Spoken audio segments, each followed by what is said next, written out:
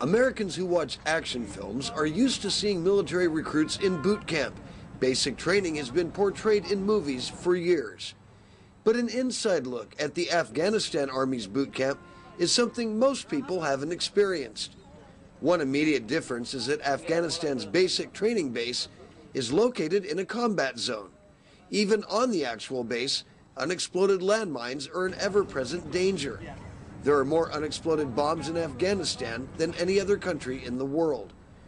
The base is called KMTC. The Kabul Military Training Center is located in the country's capital city. Kabul and the bases around it are former Taliban military installations, and before that, for many years, they were manned and operated by communist forces loyal to the Soviet Union, which Afghanistan was part of. This base was serving as the Taliban headquarters when the war began. American Air Force jets with bombs called J-dams were used to smash many of the buildings here. Today, a few new barracks and latrine facilities exist among the ruins, and the Soviet-constructed buildings that survived and now provide a working area for Americans and other coalition forces stationed here. This is a special day at KMTC. The officers and men of the Afghan National Army are preparing for a visit from the country's Vice President, Abdul Karim Khalili. In addition to the official pomp and circumstances, which are all steeped in an archaic Soviet military style, Vice President Khalili was visiting to tour the bases and gain a better understanding of how his country's Army recruits are progressing in their military training. American Army soldiers, along with French and British military forces, oversee the Afghan Army operation here, and they have progressively handed over the duties to the increasingly experienced Afghan training staff. Yeah, without a doubt. You know, my mission out here is to train the ANA in their NCO school, and we're currently running courses. It's working very well. You know, seem to be getting a lot of guys through, and seem to be very keen about what we're doing with them. Among the left-behind relics of the British invasion of the 1800s, soldiers here have built a mosque. It allows a view of the action below as they prepare for their unusual and distinguished guest.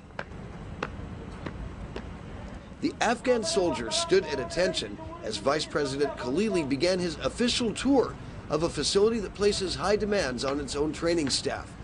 Only a small percentage of Afghan men are literate. This makes training more difficult as recruits do their best to utilize their limited language and writing skills in things like weapons training and defensive tactics. Khalili met with officials who operate KMTC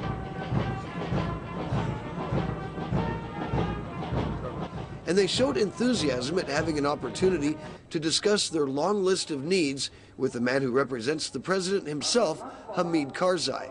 High-ranking officials of the base here told the vice president that they were indeed meeting their mission, even with their limited resources. For the majority of these hundreds of troops lined up at attention, this is the first time in their lives that they have seen their own vice president. Young men from all over Afghanistan comprise these ranks, and they hail from several different cultural groups. But in the Afghan Army, they serve in diversified battalions, or Kandaks as they are known here. The soldiers undergo a rigid training program that transforms them from civilian to soldier in a little over 3 months. Those who were fortunate enough to attend school and learn to read and write typically quickly become non-commissioned officers. Recruits with any college at all are quickly moved to the officers' ranks. The history of the Afghan Army is diverse and interesting, and today, men who once fought ferocious battles together in combat serve side by side. I met officers who were former Taliban fighters that today work side by side with veterans of the Mujahideen, the men who defeated the Soviets in the 1980s, supported by money from the U.S. government under the administrations of Presidents Carter and Reagan. Then someone pointed out that these two officers work with another high-ranking official who was an officer in the communist Afghan Army. These soldiers sided with the Soviets when they invaded Afghanistan in 1979 and stayed there for 10 years. Their enemies then were the Mujahideen. Ethnic groups that traditionally clash now serve together and count on one another to stay alive. The Afghan Army is a cohesive unit.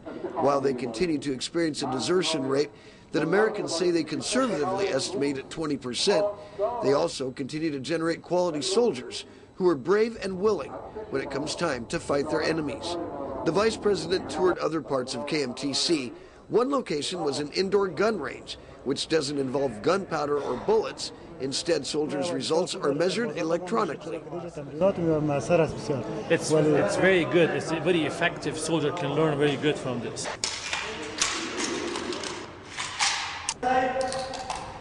The Afghan recruits learn to fire the Russian-made Kalashnikov AK-47 assault rifle, and they become more efficient at using the sights. An American general there asked if they wear combat gear while training. When the soldiers are in here, do they normally wear their helmets when they're training?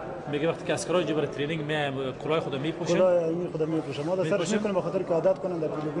Yeah, we make them to do that because they have to be used to it. When we go to the range and front line, they have to use it. The computer's accuracy helps advance the soldiers' rifle training, but officials there say there aren't enough to equip the number of soldiers that they are training. The